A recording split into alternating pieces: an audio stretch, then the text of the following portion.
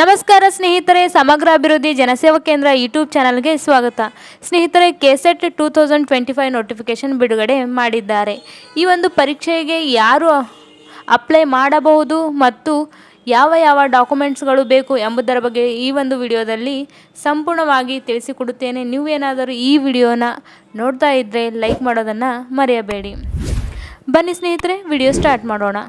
ಸ್ನೇಹಿತರೆ, ಈಗಾಗಲೇ KSET notification ಬಿಡುಗಡೆ ಆಗಿದೆ. ಈ ಸರ್ತಿಯೂ ಕೂಡ ಕೆಇದವರೇ ಪರೀಕ್ಷೆಯನ್ನು ನಡೆಸಿಕೊಡ್ತಾ ಇದ್ದಾರೆ. ಅಂದರೆ ಕೆಇ ಅಂದರೆ ಕರ್ನಾಟಕ ಎಕ್ಸಾಮಿನೇಷನ್ ಅಥಾರಿಟಿ, ಇವರೇ ಈ ಒಂದು ಪರೀಕ್ಷೆನ ನಡೆಸಿ ಕೊಡುತ್ತಾರೆ. ಅಸಿಸ್ಟೆಂಟ್ ಪ್ರೊಫೆಸರ್ ಅಂದರೆ ಸಹಾಯಕ ಪ್ರಾಧ್ಯಾಪಕರು ಆಗಬೇಕು ಅಂದುಕೊಂಡ್ರೆ ಈ ಒಂದು ಪರೀಕ್ಷೆಯನ್ನು ಪಾಸ್ ಮಾಡಿಕೊಳ್ಳಬೇಕು. ನೀವೇನಾದರೂ ಗೆಸ್ಟ್ ಲೆಕ್ಚರ್ ಆಗಿ ಕೆಲಸ ಮಾಡಬೇಕು ಅಂದರೆ ಈ ಒಂದು ಪರೀಕ್ಷೆನ ಪಾಸ್ ಆಗಬೇಕು. ಸ್ನೇಹಿತರೆ, ಈ ಒಂದು ಪರೀಕ್ಷೆಯನ್ನು ಬರೆಯಬೇಕು ಅಂದರೆ ಏನು ವಿದ್ಯಾರ್ಹತೆ ಹೊಂದಿರಬೇಕು ಅಂದರೆ ಮಾಸ್ಟರ್ ಡಿಗ್ರಿ ಅಂದರೆ PG ಪೂರ್ಣಗೊಳಿಸಿರಬೇಕು, ಅಥವಾ ನೀವು MAನ ಓದ್ತಾ ಇದ್ದರೆ ಕೂಡ ಈ ಒಂದು ಪರೀಕ್ಷೆಗೆ ಅರ್ಜಿ ಸಲ್ಲಿಸಬಹುದು.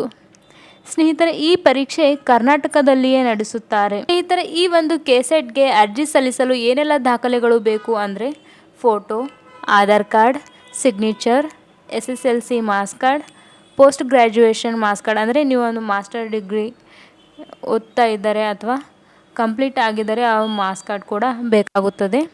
ಕಾಸ್ಟ್ ಆ್ಯಂಡ್ ಇನ್ಕಮ್ ಸರ್ಟಿಫಿಕೇಟ್ ಬೇಕಾಗುತ್ತದೆ. ಕೆಸೆಟ್ ಅರ್ಜಿ ಸಲ್ಲಿಸಲು ಪ್ರಾರಂಭವಾದ ದಿನಾಂಕ 28/8/2025, ಕೊನೆಯ ದಿನಾಂಕ 18/9/2025.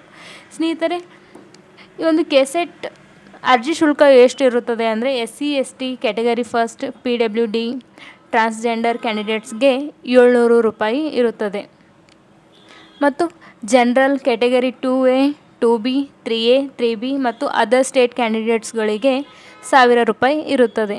ಸ್ನೇಹಿತರೆ, ನೀವೇನಾದರೂ ಕೆಸೆಟ್ ಪರೀಕ್ಷೆಗೆ ಅರ್ಜಿ ಸಲ್ಲಿಸಬೇಕು ಅಂದುಕೊಂಡ್ರೆ ಆಳಂದ್ ಚೆಕ್ ಪೋಸ್ಟ್ ಹತ್ತಿರ ಇರುವ ಸಮಗ್ರ ಅಭಿವೃದ್ಧಿ ಜನಸೇವಾ ಕೇಂದ್ರಕ್ಕೆ ಬಂದು ಭೇಟಿ ನೀಡಿ, ನಿಮಗೆ ಅರ್ಜಿ ಹಾಕಿಕೊಡಲಾಗುವುದು.